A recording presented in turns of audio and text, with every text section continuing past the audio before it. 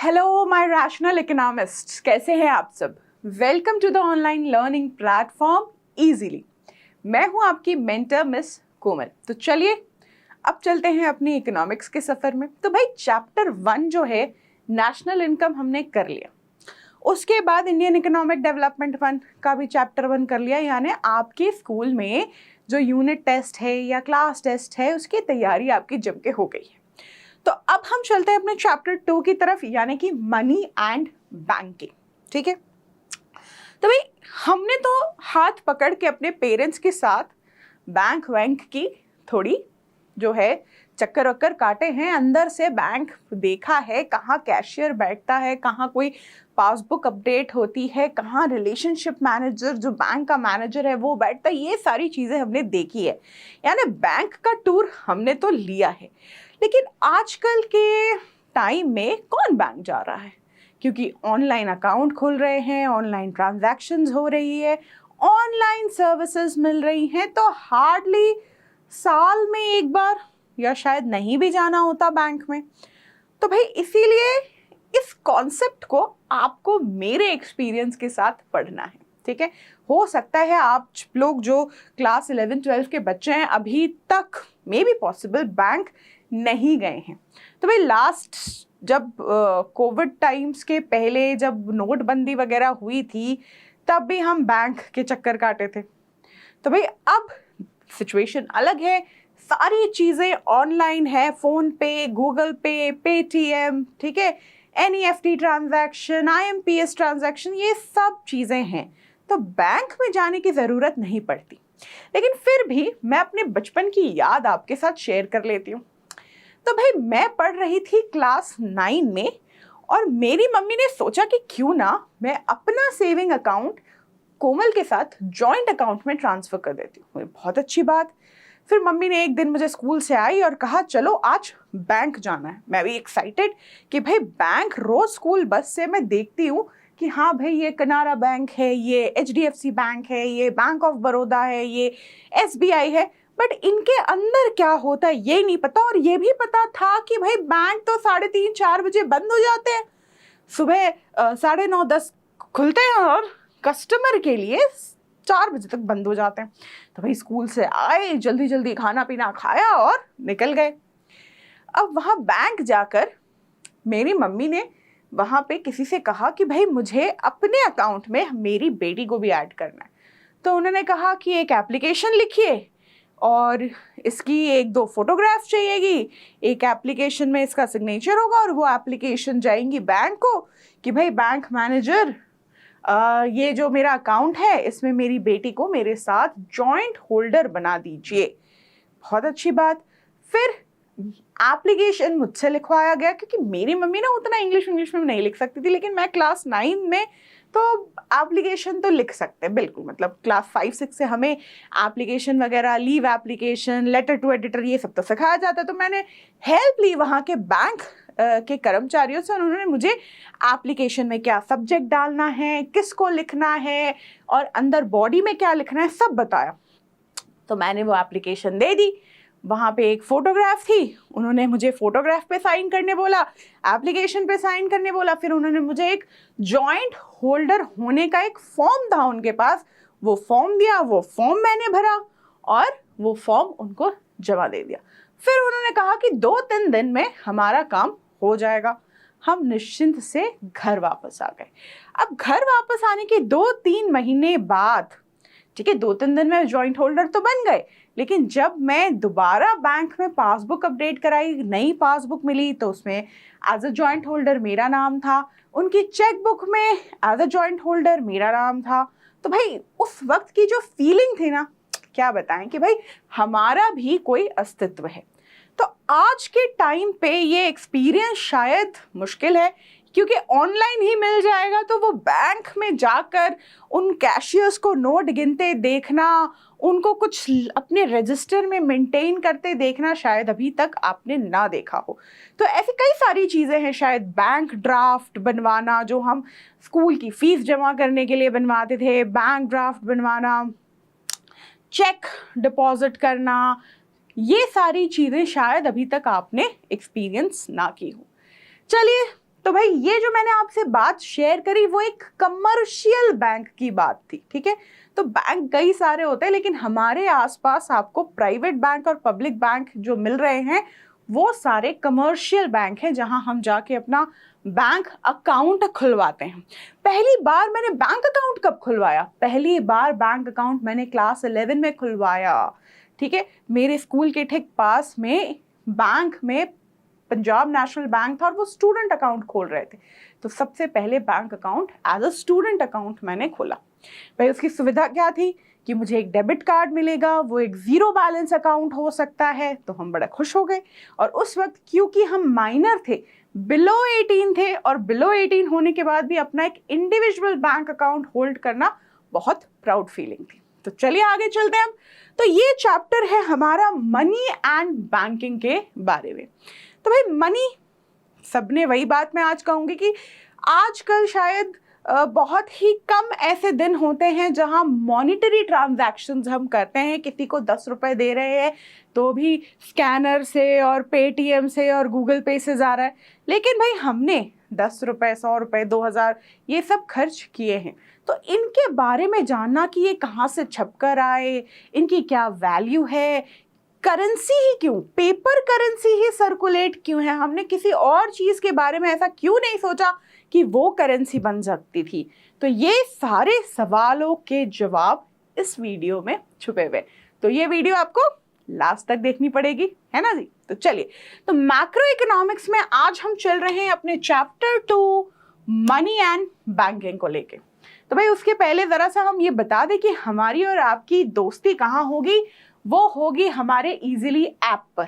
तो क्या करना है, जल्दी से डाउनलोड करना है इजीली ऐप, रजिस्टर करना है अपने आप को, क्रिएट न्यू अकाउंट पे क्लिक करना है, अपना नाम, email ID, gender, location, mobile number डालना है, ओटीपी मिलेगा, ओटीपी एंटर कीजिए। ओटीपी से फिर जैसे ही आप ओटीपी डाल के हमारे साथ रजिस्टर करेंगे, आपको मिल जाएंगे ये 3 option: competitive and professional exam, class 11-12, CUET, and then you have to select class 11-12 हमारे साथ कॉमर्स पढ़ने के लिए, ठीक है। हमारे पास कॉमर्स से उदय और शिखर बैच है। क्लास 12 के लिए है शिखर बैच, जहां हम मैक्रो इकोनॉमिक्स और इंडियन इकोनॉमिक्स की तैयारी कर रहे हैं। उदय बैच हम क्लास 11 के लिए है। CBSE अगर आप चूज करोगे तो आपको हमारे 10-10 मिनट के छोटे छोटे लेक्चर्स मिलेंगे, जहां पे आप कोई टॉपिक अगर आपको नहीं समझ में आया, किसी टॉपिक से रिलेटेड आपको कंटेंट पढ़ना है, वीडियो देखना है, तो आप CBSE का जो ऑप्शन है उसे सिलेक्ट कर सकते हैं, ठीक है जी। तो चलिए एक्सप्लोर कीजिए सारे ऑप्शंस को कि यहाँ पे आपके लिए क्या क्या चीजें हमने रखी है। तो फिर हैं आप क्लास 12 के स्टूडेंट, तो यहाँ क्लिक कर दीजिए कि yes you are studying in class 12, and then you will be on the final page, जहां आप हमारे साथ अकाउंट्स, BST, इकोनॉमिक्स और मैथमेटिक्स पढ़ सकते हैं, ठीक है। तो भाई ये नहीं भूलना है कि ये जो हेफ्टी सा अमाउंट है वो नहीं पे करना। फ्री इजीली नाम का हमारा एक कूपन कोड है, उसे लगाइए, तो ये कोर्स आपके लिए एब्सोल्युटली फ्री हो जाएगा। चलिए जी, तो अब बात कर रहे हैं हम मनी एंड बैंकिंग। तो आज सबसे पहले बात की जाएगी इवोल्यूशन ऑफ मनी, कैसे आया मनी, ठीक है। तो मनी का काम क्या है? मनी का काम है as a medium of exchange. कोई भी सामान चाहिए, सामान लो और पैसे दे दो। तो अभी तक तो क्लास 9-10 में हमने जाना कि मनी के पहले हमारे पास था बार्टर सिस्टम, यानी goods in exchange of goods, जिसको हम CC इकोनॉमी यानी कमोडिटी टू कमोडिटी इकोनॉमी भी बोलते हैं, कि एक कमोडिटी के बदले में दूसरी कमोडिटी दे दी। लेकिन जब डबल कोइंसिडेंस ऑफ वांट नहीं बनी, ठीक है, जो मुझे चाहिए आपके पास नहीं, जो आपको चाहिए वो मेरे पास नहीं, यानी डबल कोइंसिडेंस ऑफ वांट नहीं हुआ, तब आया मनी। तो भाई ये कहा जाता है कि दुनिया के 2 ग्रेटेस्ट इवोल्यूशन है एवर टाइम, कि भैया ये 2 चीज अगर नहीं हुई होती तो लाइफ सिंपल नहीं होती। पहला सबसे महान जो चीज की डिस्कवरी बोलूं या इवॉल्व हुई है, ये बोलूं इवोल्यूशन हुआ है, वो है व्हील। क्या है? व्हील, चक्के, ठीक है। तो व्हील जो है भाई, व्हील्स होने के कारण एक कोई सामान, कोई वस्तु, कोई इंसान एक जगह से दूसरे जगह जा सकता है।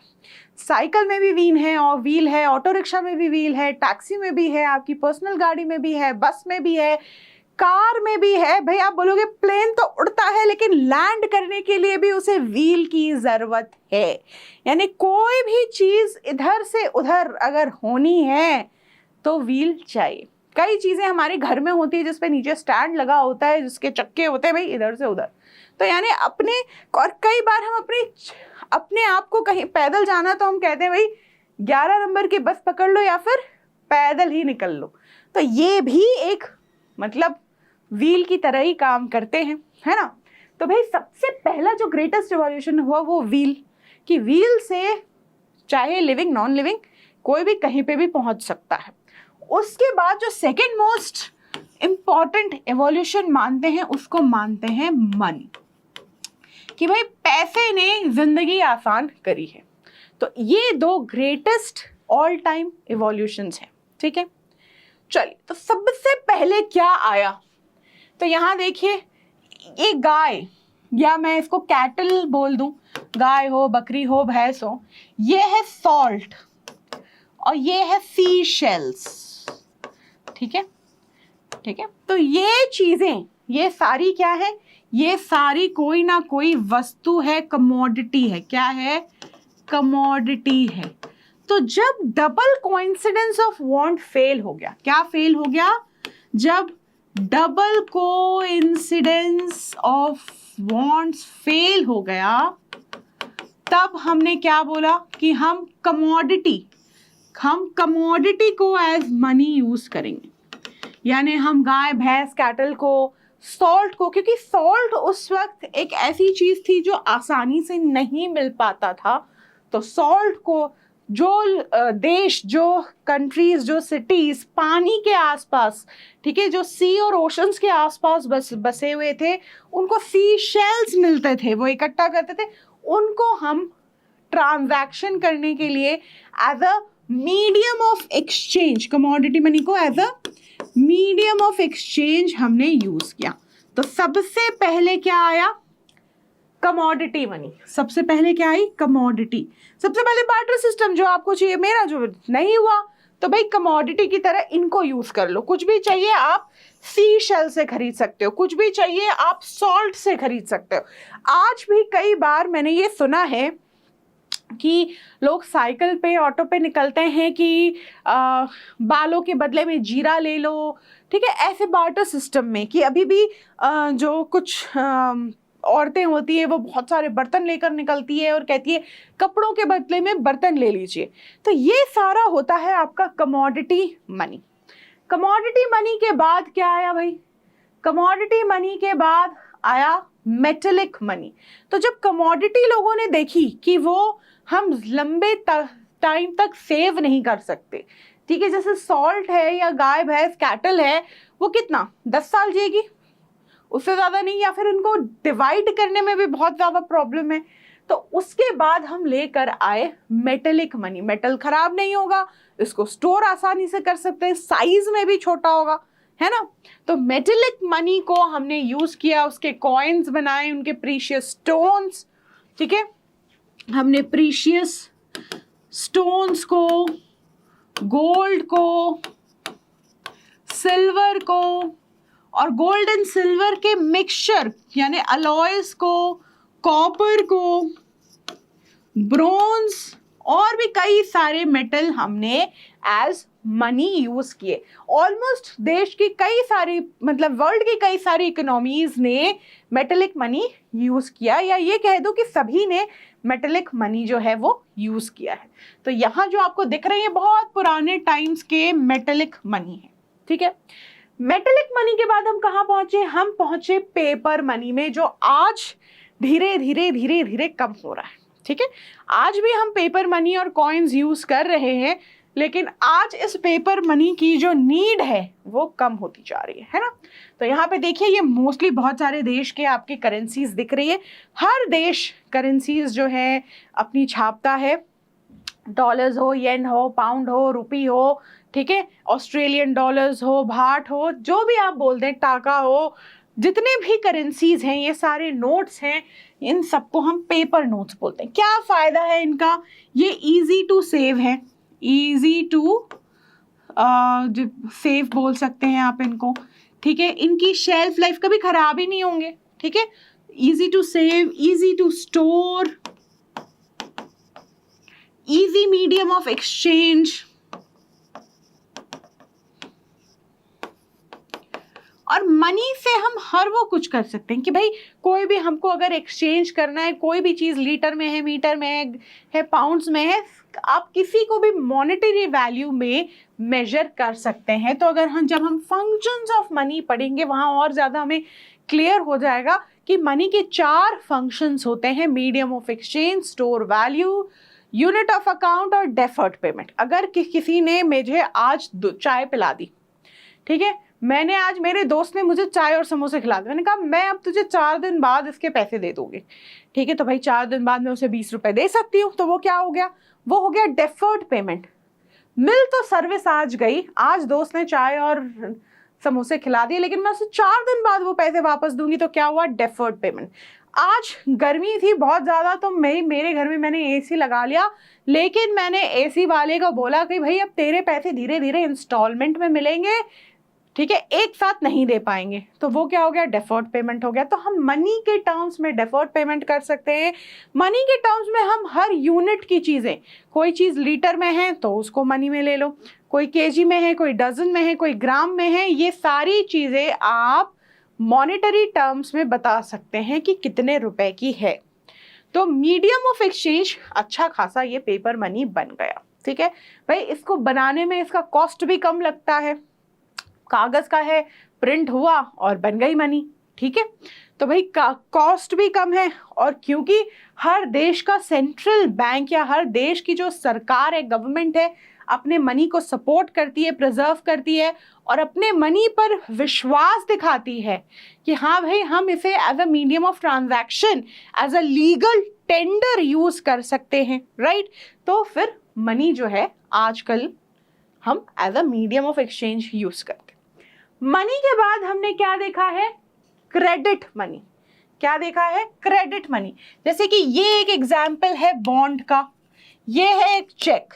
तो भाई अगर हमारे पास कैश नहीं है, हमारे पास मॉनेटरी नोट्स नहीं है, तो चेक भी क्या है? हमारा क्रेडिट मनी होता है, ठीक है। यहाँ पे एक डेट लिखी है, अगर ये डेट 2 महीने के बाद की है तो मुझे पता है 2 महीने बाद, यहाँ एक डेट है, हो सकता है आप ना देख पा रहे हो, डेट है 2 महीने बाद क्या होगा?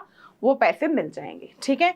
तो यहाँ पे उसका नाम लिखा जाता है जिसे हम ये चेक दे रहे हैं। अगर खुद को दे रहे हैं तो यहाँ पे हम सेल्फ पे का चेक भी बना सकते हैं।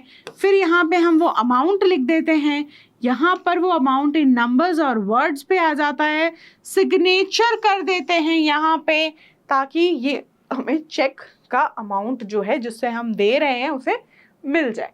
तो ये क्या हो गया? Credit money. बॉन्ड, बॉन्ड के ऊपर डेट ऑफ सेल क्या लिखा हुआ है? डेट ऑफ सेल होती है, किस दिन बिका, कहाँ बिका, और कितने दिनों बाद ये पैसे जो हैं बढ़कर विद इंटरेस्ट आपको मिलने वाले हैं, उसकी एक मैच्योरिटी डेट भी लिखी होती है। तो भाई आज हमने आपसे 10,000 रुपए लिए और वादा किया, आपकी गवर्नमेंट ने, सरकार ने या पोस्ट ऑफिस ने, कि हम आपको 10 साल बाद जब आप ये बॉन्ड हमें वापस बेचोगे तो हम आपको 20,000 रुपए देंगे, यानी आपके पैसे 10 साल में डबल होंगे। तो इस तरीके की क्रेडिट मनी भी यूज की जाती थी, ठीक है। तो ये तो भाई जो चेक हो गए, प्रॉमिसरी नोट हो गए, ठीक है, आपकी bills of exchange, promissory note, bonds, cheque, ये सारे क्या हैं? आपके क्रेडिट मनी का पार्ट है। आई बात समझ? तो सबसे पहले क्या आया? सबसे पहले आया कमोडिटी मनी, फिर आया मेटेलिक मनी, फिर आया पेपर मनी, फिर आया क्रेडिट मनी, उसके बाद आ गया प्लास्टिक मनी, ठीक है। आजकल तो ये प्लास्टिक मनी ऐसा है कि बस टैप कर दो। पहले हम एटीएम में जाते थे, मुझे लास्ट याद नहीं, शायद 3 साल या 4 साल हो चुके होंगे, 3 साल तो पक्का ही हो चुके होंगे कि मैं एक एटीएम में मैंने विजिट नहीं करी है। ठीक है, तो भाई आजकल इतना हम ऑनलाइन यूज टू हो गए हैं कि ये जो प्लास्टिक मनी है वो हर जगह हम अपने शॉपिंग पर्पस के लिए यूज कर पाते हैं। टैप करने पर, स्वाइप करने पर हमारी ट्रांजैक्शंस जो हैं वो हो जाती है। तो हमारे को यहाँ पे डेबिट कार्ड मिलता है, क्रेडिट कार्ड मिलता है, वीज़ा, मास्टर कार्ड, कई सारे ऑप्शंस हमें आजकल बैंक देती है। उन पे कई सारे अच्छे डिस्काउंट्स भी देती है, कई सारी फैसिलिटीज़ भी देती है। तो भाई एक जागरूक ग्राहक की तरह, कस्टमर कंज्यूमर की तरह सारे टर्म्स एंड कंडीशन ज़रूर पढ़ने चाहिए कि ये जो कार्ड हमें मिल रहा है उसके टर्म्स एंड कंडीशन क्या है। तो लेकिन क्योंकि ये लाइफ आसान ही, नो डाउट, ये सारी जो टेक्नोलॉजी है, ये जो प्लास्टिक मनी है, ये लाइफ को इजी बना रही है। ठीक है, बस लेकिन सतर्कता के साथ चले आगे। तो फिर आ गया है आज का जो प्रेजेंट युग है। प्लास्टिक मनी के बाद भी अब हम बात कर सकते हैं इलेक्ट्रॉनिक मनी की। इलेक्ट्रॉनिक मनी, तो ये जो हम गूगल पे, फोन पे, पेटीएम करते, वहां पे ना हम कोई कार्ड यूज करते हैं, ना हम कोई कैश, कुछ नहीं, बस अपने बैंक अकाउंट को कान में जाकर बोल देते हैं भैया मेरे अकाउंट से इसको इतने पैसे दे देना, और जिसके लिए मैंने हामी भर दी है, और इतना होने पर वो बैंक से ट्रांसफर हो जाता है। राइट, तो आजकल ना हमें किसी कार्ड की ज़रूरत है, बस एक मोबाइल फ़ोन इज़ इनफ। चलिए, तो ये हो गई बात हमारी प्लास्टिक मनी की, और आज के युग में हम डील कर रहे हैं इलेक्ट्रॉनिक मनी से, यानी कि हम गूगल पे, जी पे जिसको हम कह रहे हैं, फोन पे, पेटीएम, ठीक है, आजकल तो अमेजॉन मनी, व्हाट्सएप से भी मनी ट्रांसफर, ये सारी चीजें हमें मिल रही है। चलिए, तो अब बात करते हैं क्लासिफिकेशन ऑफ मनी के बारे में। ठीक है, कि कैसे हमने मनी को क्लासिफाई कर रखा है। सबसे पहले बात करते हैं फुल बॉडीड मनी के बारे में। फुल बॉडीड मनी क्या है? जहां पे मॉनेटरी पर्पस और नॉन मॉनेटरी पर्पस दोनों में ही वैल्यू बिल्कुल सेम होगी। क्या होगी? वैल्यू जो है बिल्कुल सेम होगी। थोड़ा और समझे कि इसकी फेस वैल्यू, इस मनी का फेस वैल्यू और intrinsic value, intrinsic value,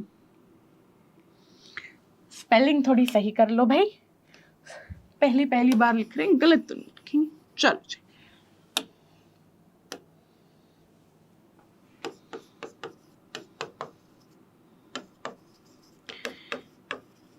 face value और इंट्रिंसिक वैल्यू, यानी इसका मेटेलिक वैल्यू सेम होता है।